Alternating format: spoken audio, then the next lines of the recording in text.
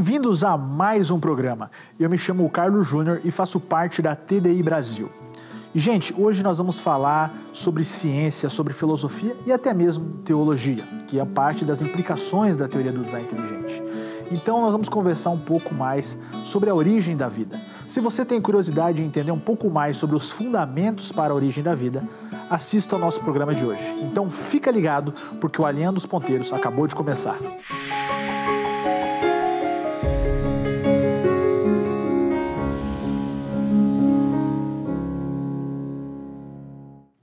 Muito se tem analisado a respeito de como as coisas surgiram, como elas poderiam ter acontecido.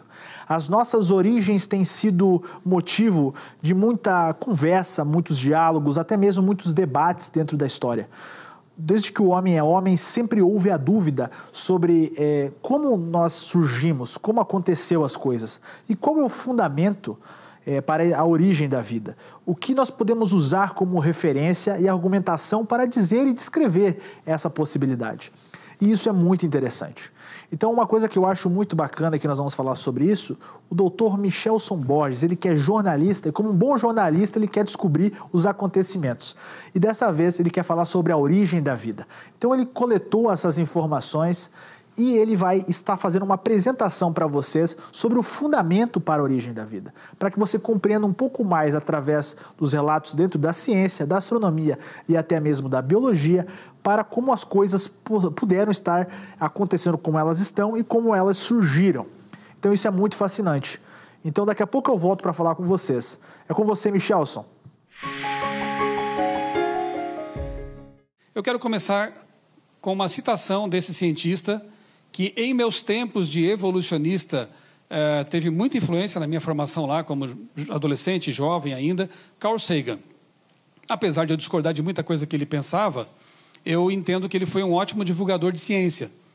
E nós precisamos fazer isso, né? Nós que somos defensores dessa causa da TDI, nós temos que enveredar também por esse caminho da divulgação científica, né? Não só produzir conteúdos. E eu entendo que estamos numa fase bem interessante, em que muitas portas têm se aberto aí, né, para a divulgação, e aproveitemos essa oportunidade. Alguns aqui têm aproveitado muito bem. No livro Cosmos, a gente encontra ali conceitos bem interessantes, mas o que eu quero citar agora é do livro O Universo, o Mundo Assombrado pelos Demônios. É um outro livro de Sagan, que escreveu vários livros, em que ele diz o seguinte, e com isso eu concordo 100%. Se houvesse ampla compreensão de que os dados do conhecimento requerem evidência adequada, antes de poder ser aceitos, não haveria espaço para a pseudociência. É isso mesmo. Concordo totalmente com Carl Sagan nisso aqui, né? Então, memorizem essa expressão que ele usa ali. Evidência adequada. Se não houver evidência adequada, realmente a pseudociência aproveita e entra ali, né, e toma conta do pedaço, né? Então, concordo plenamente. Resumo do meu trabalho foi o seguinte, eu vou ler isso aqui rapidamente, porque depois eu quero partir para coisas um pouco mais práticas, né? A origem da vida continua sendo um tema enigmático e controverso. Estudos recentes têm questionado as hipóteses que fundamentam a viabilidade de fatores abióticos para o surgimento, a manutenção e a evolução da vida no planeta, considerando os inúmeros fracassos nas simulações. Nesse sentido, verifica-se a crescente retomada da teoria cosmogênica ou panspermia cósmica. Essa ideia de que a vida veio, não surgiu aqui, veio de fora, veio do espaço, certo? Cujas propostas avaliam a possibilidade de o início da vida ter ocorrido em algum lugar no espaço e, posteriormente, precursores da vida, ou os cosmozoários, terem chegado à Terra a bordo de meteoros, asteroides ou planetoides. Né? Essa é a ideia, ok? Eu vi que alguns já estão rindo aí, né? Mas eu levei a sério o assunto, tá? Não tratei como... Foi uma análise científica. O propósito desse trabalho, desse estudo, é analisar por meio de revisão de literatura o contexto no qual a hipótese cosmogênica teria sido resgatada. Por que está voltando? Ok? Considerando a complexidade dos aspectos bioquímicos da vida. Para isso, foi realizada uma busca intensa, gastei um bom tempo nisso, né? Em bases de dados como Cielo, CAPES, Google Acadêmico e por aí vai. Literatura, o quanto eu pude encontrar. Procurando enfatizar as dificuldades com que os pesquisadores têm se deparado na tentativa de compreender e explicar a origem abiótica da vida no planeta Terra. Por meio dessa análise, pode-se inferir que a retomada da teoria cosmogênica evidencia a debilidade dos modelos propostos, pautados na origem da vida na Terra, a partir de fatores abióticos. Bem, eu vou depois mostrar para vocês qual foi o artigo científico que eu li em 2018 que me deu estalo. E eu pensei, é isso que eu quero pesquisar. Uma admissão bem honesta por parte de cientistas do meio, e eu vou deixar mais para diante para mostrar isso aí para vocês então.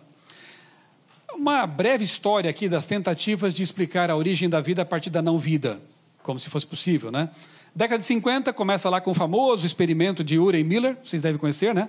Inclusive lá na sede da Sociedade Criacionista Brasileira, da qual eu sou um dos vice-presidentes, nós temos o aparato de Urey Miller, uma réplica, e funciona. Mas funciona de que jeito? Obtém-se o quê ali, né? Bom, a proposta desses dois pesquisadores era de que a atmosfera, suposta atmosfera primitiva, né, tivesse ali gases como metano, amônia, hidrogênio, bombardeados com raios elétricos. De fato, eles formam ali alguns aminoácidos, só que L e D, o pessoal da química aí sabe, né, levógeros e destrógeros. Só que nós somos formados por um tipo só desse aí. Alguém teria que selecionar esse negócio e dispensar o restante. Mas tem mais problemas, não é só isso não, tá? Acontece que o tempo passou e na década de 60, 10 anos depois, revisando tudo isso, geoquímicos chegaram à conclusão de que a atmosfera da Terra, na verdade, tinha hidrogênio, gases vulcânicos como CO2 e nitrogênio. E aí tentaram fazer aquele experimento de Urey Miller com essa atmosfera mais provável e não obtiveram os mesmos resultados. Não funcionava. Tanto é que tem outro detalhe, né? Voltando a Urey Miller, à medida que esses aminoácidos iam sendo formados, alguém tinha que ir lá naquele balão de vidro e tirá-los dali, porque os mesmos raios que os formavam os degradavam, destruíam. Gente, na verdade, eu estou percebendo aqui nesse experimento um baita design inteligente, né? Porque ficar ali é mania de querer andar, né? Por aqui, tá bom, vou me conter. O que eu percebo nesse experimento é design inteligente. Por quê? Ele foi planejado, eles conheciam química, então eles sabiam o que colocar lá dentro, de que forma e que tipo de coisa deveria bombardear aquela mistura para obter, então, aminoácidos. Mais do que isso, alguém tinha que selecionar entre os dois formados e tirar logo daquele balão de vidro para que não houvesse a destruição dos aminoácidos. Então, o que eu percebo aqui? Um planejamento o tempo todo. Do começo ao fim e durante o processo. Isso é design inteligente, né? Não provou que a vida surge, provou que os cientistas são bem inteligentes quando querem planejar alguma coisa, algum experimento, né? O que acontece que, com aquela nova atmosfera, aquilo não funciona, e aí esse experimento foi descartado. Só que, infelizmente, e aqui eu estou vendo meu grande amigo Enésio, né, um dos pioneiros da design inteligente no Brasil, lá nos anos 90 já estava batalhando nessa causa, né? Enésio acompanhou muito bem essa questão dos livros didáticos no Brasil. E há outros que seguiram os passos, né? E a minha filha, ela se matriculou no curso de nutrição, e logo no início das aulas, um livro que ela está usando agora, uma apostila, citava o experimento de Urey Miller como se fosse uma evidência da evolução. Eu fiquei indignado com isso. Falei, filha, não embarca nessa não, viu? Aí mostrei para ela que a história toda, né? E eu devia ter mandado um e-mail para a faculdade, né? Talvez eu faça isso ainda. Mas está desatualizado, né? Publicações que usam isso aqui, que usam as famosas mariposas de Manchester, né? As Binston betularia lá, e outras evidências estão muito desatualizadas, né? Mas vamos lá. Nos anos 80, então, a maioria dos geoquímicos concluiu que o experimento de Urey Miller simplesmente é irrelevante para explicar a origem da vida. E agora? Para onde partir? Depois eu retomo essa questão. Deixa eu mencionar aqui para vocês também um grande expoente aí do mundo evolucionista, que é o Richard Leakey. Numa introdução de uma das edições do livro Origem das Espécies, de Charles Darwin, ele admite que existem pelo menos 2 grandes problemas ligados à teoria da evolução. Não são só 2, claro, mas já é uma boa admissão. A explosão cambriana e a origem dos sexos. Não vou me deter muito nisso aqui, porque entendo que esse aqui é um auditório qualificado, né? E vocês já estudaram esse assunto, mas só para lembrar, lá no período cambriano, né, supostos milhões de anos lá no passado, a vida ela aparece misteriosamente já complexa, funcional, perfeita, né? Ali você tem, por exemplo, o trilobita, que é o símbolo do meu blog, né, o blog criacionismo.com.br. Não vou ter tempo aqui para tratar disso, mas o trilobita que aparece lá no período cambriano, e não há ancestrais válidos no pré-cambriano para dizer que houve uma evolução gradual, sucessiva, ao longo de supostos milhões de anos, para termos o trilobita. Ele aparece ali. Ele simplesmente surge ali, né? E ele tem olhos de calcita supercomplexos. Aqui tem uma descrição aí visual na tela. Obviamente que já tem células, e aqui já foi falado bastante sobre a complexidade de uma, né, das células. Ele tem órgãos de locomoção, enfim, é um organismo bem complexo. E surge lá, né? Surge, entre aspas. Já que o Leake falou da origem dos sexos, é outro grande problema, né? Vocês devem saber que apenas um gene é que codifica a produção de espermatozoides, o gene Bowley. Se esse gene não existiu em algum momento, a reprodução sexuada é impossível. Se ele sofrer alguma mutação que altere sua função, esquece a humanidade no futuro. A menos que todo mundo seja clone, né? Então, realmente é algo interessante de se pensar, né? Apenas um gene específico codifica essa função. Assim como há um gene específico que codifica a função de ecolocalização. Tanto os golfinhos quanto os morcegos, por exemplo, têm esse gene, o gene prestina. Não é interessante? Um alado, um aquático, o mesmo projeto, né? A gente é assim, né? Quando a gente descobre alguma coisa que dá certo, a gente aplica a vários sistemas, né? E entendemos que o designer fez a mesma coisa. Bem, com respeito a esse assunto aqui, eu estava lendo essa edição aqui um tempo atrás da revista Ciência Hoje, 2010, faz bastante tempo, na verdade, né? Olha que pergunta interessante na capa. Por que a mãe não rejeita o feto? Não é só a questão da fecundação, que já daria um bom pano para manga aqui, né? Há outras questões envolvidas quando o assunto é reprodução sexuada. E o Richard Leake sabia disso. Quando o óvulo fecundado se fixa à parede uterina, rapidamente se forma um campo de força em volta dele. Uma barreira protetora, chamada placenta. Placenta, que é uma barreira seletiva, permite que entre o que tem que entrar, saia o que tem que sair, e não entre e não saia o que não pode entrar nem sair. Seletiva, tipo a membrana celular. A pergunta é bastante relevante, bastante pertinente, porque a mãe não rejeita o feto, porque quando o óvulo se fixa lá, o sistema de defesa da mãe já identifica o invasor. Afinal de contas, 50% do material genético ali não pertence à mãe. É como um órgão transplantado. Haverá rejeição. Mas não há por quê? Porque a barreira placentária impede que os anticorpos da mãe, do corpo da mãe, entrem naquele ambiente protegido e destruam o feto. Mas aí os cientistas que escreveram a matéria fazem uma pergunta. Digamos que um anticorpo, ou dois, enfim, conseguissem perfurar a barreira placentária. O que aconteceria? Acontece algo ainda mais fantástico. O sistema de defesa do bebê, que se forma já ali bem precocemente, identifica a invasão, e aí os anticorpos do bebê vão conversar bioquimicamente com os anticorpos da mãe e vão dizer alguma coisa que eu acho que seja assim: mamãe, não se preocupe, quem está aqui é seu filho. E desativa o anticorpo da mãe. Anteevidência. Como que esse corpo sabia que precisaria ter um sistema todo desse aí, uma placenta, um sistema de defesa capaz de reconhecer os anticorpos da mãe, antes de haver o primeiro feto, antes de haver a primeira fecundação? Richard Leake sabia do grande problema, que revela complexidade irredutível, revela um tremendo design inteligente e fala de anteevidência. O órgão, o sistema já estava lá antes de haver a necessidade de ele existir. Incrível, né? E a matéria prossegue. Eu vou avançar aqui porque o tempo também não é longo, mas enfim, né? O leite materno, o alimento perfeito, né? E vocês sabiam que eu tenho 3 filhos, né? Sou obediente, 3 filhos, crescer e multiplicai-vos. E 2 meninas e um menino. O leite materno, ele se ajusta ao tipo de sexo. do menino ou menina. É interessante demais. Se é menina, a dosagem de cálcio é maior, por exemplo, só para citar um exemplo. E como explicar isso, né? Essa adequação levando em conta se vai ser menino ou menina. É algo incrível, fantástico, né?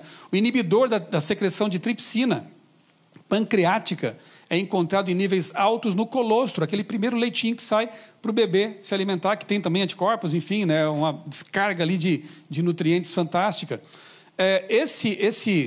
Essa substância ela está em níveis baixos no bebê e ele precisa dela para preparar o seu organismo para receber depois alimento, outros tipos de alimento. E já vai ali no leite esse inibidor da tripsina. É incrível, né? E tantas outras coisas poderia falar sobre isso. Aqui eu acho que já falaram muito sobre essas questões e vão falar ainda, eu vou deixar para outros também, mas, por exemplo, ali as organelas, né? Ribossomo, que costura os aminoácidos, produzindo as proteínas. Só para você ter uma ideia, ó, o ribossomo ele produz 20 blocos por segundo, costurando ali rapidinho, 20 blocos por segundo. A máquina molecular artificial, desenvolvida pelos seres humanos, mais moderna e eficiente, produz 4 blocos a cada 12 horas. Compare a eficiência. E o ribossomo não é coisa da tecnologia de ponta. Já está por aí há alguns milhares de anos, né? E ele trabalha bem, obrigado, desde então, né? Podemos fazer outras comparações aqui, quem sabe... Vocês acham que uma hidrelétrica revela design inteligente? Sim ou não? É claro que sim, né? Por exemplo, aqui é Itaipu, né? Vejam aí as tubulações, as turbinas, coisa fantástica. É preciso que haja ali computadores, né, muito eficientes, monitorando tudo. Essa é Itaipu, parabéns, né, para os que criaram. E o que faz uma hidrelétrica? Basicamente, transforma uma energia não muito útil numa energia bem útil. No caso aqui, aproveita a energia cinética da água, do movimento da água, e transforma em energia elétrica. Que bom, ótimo. Para nós, a energia elétrica é bem melhor do que a do movimento da água. Ok, beleza. Agora, pensa na mitocôndria. São mini Itaipus, digamos assim, né? Ela transforma também um tipo de energia estocada, né, na forma de açúcar e gordura em adenosina trifosfato. A mesma lógica. Pega um tipo de energia não tão boa e transforma numa ótima para a gente funcionar. Ok? O ATP. Bem, olha só a comparação. A Itaipu, gigantesca como é, tem apenas 20 turbinas. A mitocôndria tem milhares de turbinas e cada célula tem milhares de mitocôndrias. Nós temos trilhões de células. Então, quantas turbinas temos dentro de nós agora? Vocês têm, e eu também, aí funcionando para a gente existir, pensar e fazer tudo o que a gente faz. É um número incalculável, né? Então, se você se maravilha com a Itaipu, olhe-se no espelho e maravilhe-se mais ainda, né? Porque não tem nem comparação. Outra coisa interessante, infelizmente, boa parte da energia gerada pela Itaipu e por outras centrais de produção de energia elétrica se perde nas linhas de transmissão em forma de calor, se perde. No nosso caso, também há uma perda, aspas na palavra perda, de 50%. Puxa, mas que coisa ineficiente! 50% da produção de energia do nosso corpo se perde? Não, não se perde. Essa energia é aproveitada para gerar os 37 graus Celsius que mantêm nossas reações bioquímicas funcionando bem, obrigado. Não se perde nada aqui. Lá se perde, aqui não. Nós precisamos dessa temperatura para que haja funcionamento do metabolismo, por exemplo. Então, é incrível, né? Nada se perde aqui. É um projeto realmente muito bem feito. E o que dizer desse órgão aqui, hein? 1,5 kg de matéria mais complexa do universo. É tão complexa que nem se entende bem ainda. Ele pensa sobre si mesmo e ainda não chegou a muitas conclusões, né? Veja só, eu vou citar aqui uma fonte, entre aspas, insuspeita, né? Para não dizer que eu estou puxando a sardinha para algum lado, né? Um livro da Publifolha, Folha de São Paulo. Como funciona o cérebro? Veja que muitas vezes, quando tratam de coisas muito complexas, mesmo aqueles que não aceitam a TDI, se traem naquilo que escrevem. É o caso aqui. Citando o livro, o cérebro é o objeto mais complexo que o homem conhece. Concordamos. Dentro dessa massa aparentemente grosseira e disforme, há o maior projeto de design já visto. Ora, decidam, né?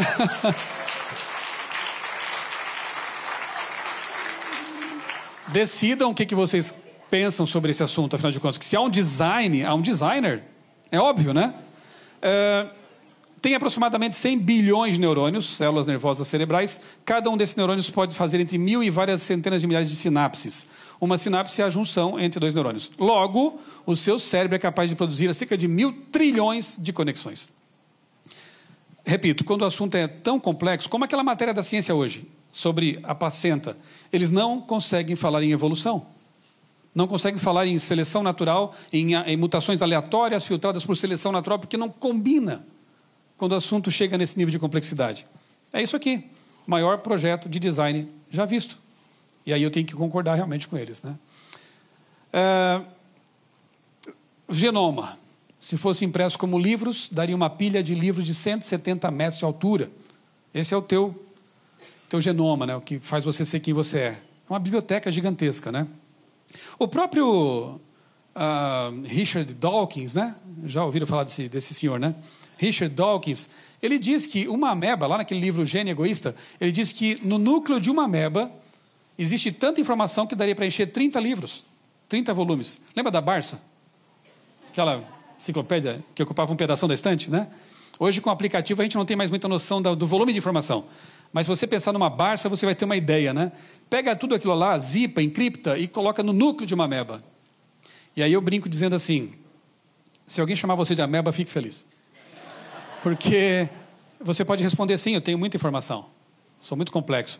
Não existe essa coisa de uma simples forma de vida. A vida já é por si só complexa, já é maravilhosa, né? Não cai nessa conversa, a vida começa com uma simples ou uma protocélula. Tá, mas o que é isso? Defina. E você vai ver que já não é tão simples assim, né? Aí está a nossa querida célula. Essa é a famosa, é o nosso mascote, um dos nossos mascotes da TDI, né? A quinesina. Um robozinho nanomolecular que carrega estruturas, né? Está levando uma vesícula nas costas, né? Eu acho que travou ali, mas enfim. Vocês estavam vendo a patinha dela ali, ó? Patinha entre aspas, né? Ali, que bonitinha. Carregando a vesícula nas costas, levando para algum outro local da célula, alocando estruturas. Gente, quantas células mesmo nós temos? Trilhões. Existem milhares de quinesinas dentro de cada célula. Logo, quantos nanorobôs neste momento estão aí funcionando dentro de vocês? E de mim também. É um número incalculável. Eu li um livro um tempo atrás do Milodinov, era um grande amigo de Stephen Hawking. O livro chama Subliminar, o título. E esse cientista russo diz que 70% do processamento cerebral é automatizado. Que bom.